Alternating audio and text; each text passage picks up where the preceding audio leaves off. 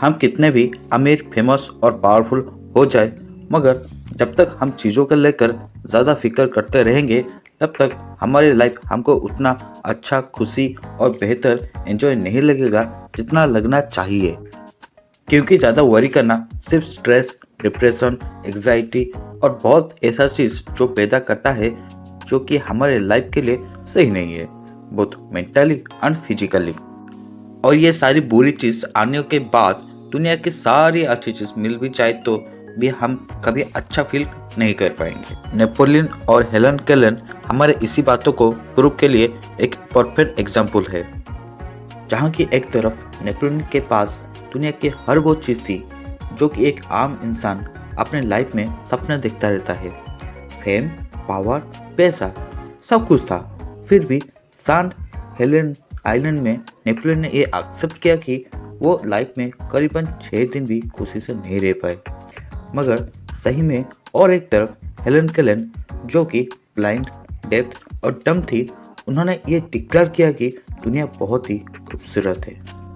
अगर Helen Kellen बिना worry करके लाइफ में 78 ईयर खुशी से जी सकती है अपने इतने सारे प्रॉब्लम के साथ भी, तो फिर हम आम इंसान हमारी लाइफ में इसे बिना वरी करके क्यों नहीं जी सकते?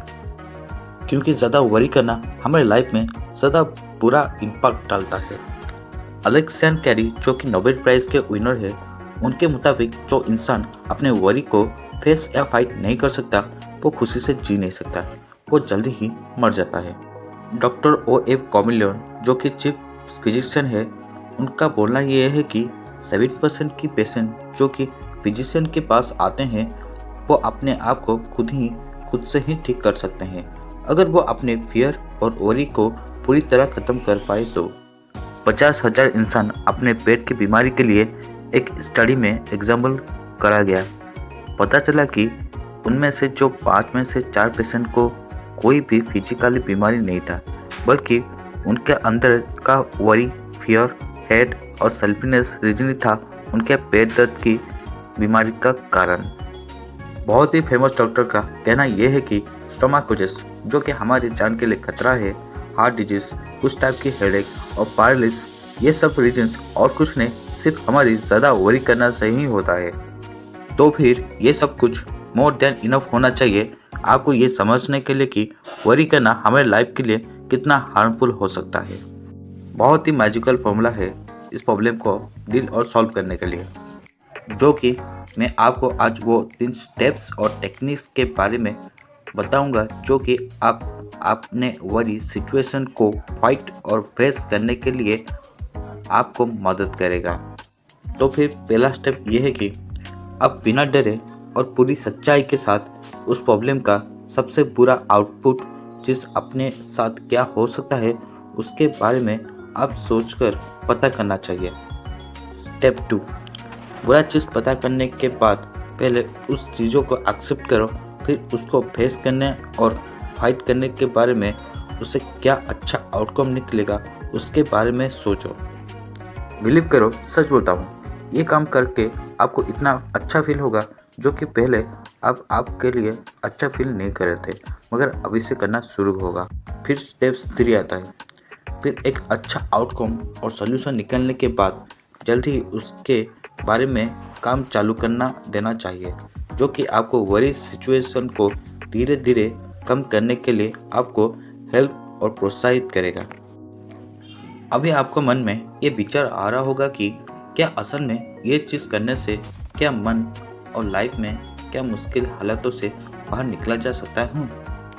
तो मैं आपको ये बता दूं कि ये सिर्फ मैं ही नहीं, डॉक्टर और साइंटिस्ट भी मानते हैं कि ये चीज़ करने से आप अपने पूरा टेंशन, स्ट्रेस और डिप्रेशन, वरी को आप निकल सकते हो और एक अच्छा लाइफ और खूबसूरत लाइफ जी सकते हो और बेटर बन भी सकते हो। एक एग्जाम्पल और एक सिचुएशन के साथ मैं आपको ये विश्वास दिलाता हूँ कि आपके पास कितना ज़्यादा ब्लेसिंग है कि अब आपको कभी वरी करने के लिए नहीं पड़ेगा। मान लो कोई आदमी आपके पास आकर आपको 1 करोड़ देके उसके बदले आपको 1 हाथ बेचने के लिए बोलेगा, तो क्या आप सच में बेचोगे? चलो 1 करोड़ नहीं, 10 करोड़ देके आपको ये बोलेगा कि आप अपना 1 पैर एक आँख, एक कान और एक हाथ मुझे दे दो, क्या फिर भी आप उसको ये सब चीज़ बेचोगे? ऑब्वियसली शायद नहीं बेचोगे, क्योंकि आपको भी ऐसा करने के लिए बहुत बड़ा कीमत चुकाना पड़ेगा, जो कि आप करना पसंद नहीं करोगे, क्योंकि आपका जो बॉडी के जो पार्ट्स है वो कहीं लाखों करोड़ के समान है, इसलिए आप नहीं बेचोगे।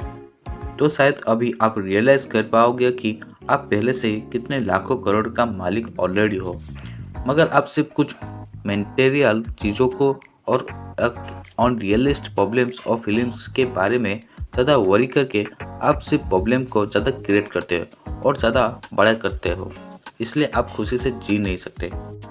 500 साल पहले माइकल मोंटेला ने कहा था कि मेरे लाइफ में बहुत सारी परेशानी से भरी हुई है, मगर असल में देखा जाए तो वह असल में कभी कुछ था भी नहीं। एक रिसर्च से पता चला कि जो 80% ऑफ वरी हमारे लाइफ में होता है वो असल में कुछ भी नहीं होता, और जो 79 होता है उनमें से सिर्फ 50% ही रियल वरी होता है। मतलब देखा जाए तो जो 79% बातें जो आप फिक्र करते हो वो और कुछ नहीं, सिर्फ आपका दिमाग का डर है जो कि आपको अंदर ही अंदर खा रहा है। तो इसलिए मैं आपको कुछ ऐसे 5 तरीके बताऊंगा जिससे आप आपके फिक्र से दूर रह सकते हो। तो पहले में आता है कि आप आपको अकेले मत रखो, किसी न किसी काम से आप ज़्यादा बिजी रखो। काम करने या बिजी रहने से आप कभी अकेले नहीं रहोगे और दिमाग को कभी फिक्र करने के लिए टाइम नहीं मिलेगा। तो दूसरा चीज़ ये है कि आपका जो दिमाग है जो एक टाइम में एक बार में सोच सकता है। अगर आप अकेले रहोगे तो आपका दिमाग सिर्फ फिक्र करता रहेगा। आप बिजी रहोगे, आपका दिमाग काम के बारे में ज़्यादा सोचेगा और ज़्यादा टाइम देगा, जिससे आप टेंशन और डिप्रेशन से दूर रह पाओगे। तीसरा चीज़ जो है वो ये है कि अब उसी काम से बिजी रहो जिसमें आपका क्रिएटिविटी और प्लानिंग भी आपके साथ हो। चौथा में हमेशा अच्छा सोचो और हमेशा खुद को अंदर से प्रोत्साहित करो। आखिर में आप उस परेशानी के बारे में अभी सोचना बंद कर दो, क्योंकि 1 या 2 साल के बाद अब ये सेम परेशानी आपके लिए कुछ भी इम्पोर्टेंट नहीं रहेगा। ये चीज़ कैसे काम करता है, चलो मैं आपको एक परफेक्ट एग्जांपल देता हूँ। जैसे कि हम एक टाइम में 2 काम नहीं कर सकते, वैसे ही आप एक टाइम में 2 फील नहीं कर सकते। जैसे कि आप एक टाइम में सैड और हैप्पी फील नहीं कर सकते, ठीक वैसे ही आप एक टाइम में एक्साइटिंग और वरी फील नहीं कर सकते। हाँ, आप एक काम शुरू कर सकते हो। जब आप टेंशन फील करो तब आप स्माइल करो और ऐसा फील करो कि आप खुश रह रहे हो, जिसमें आप सच में अच्छा फील जरूर करोगे।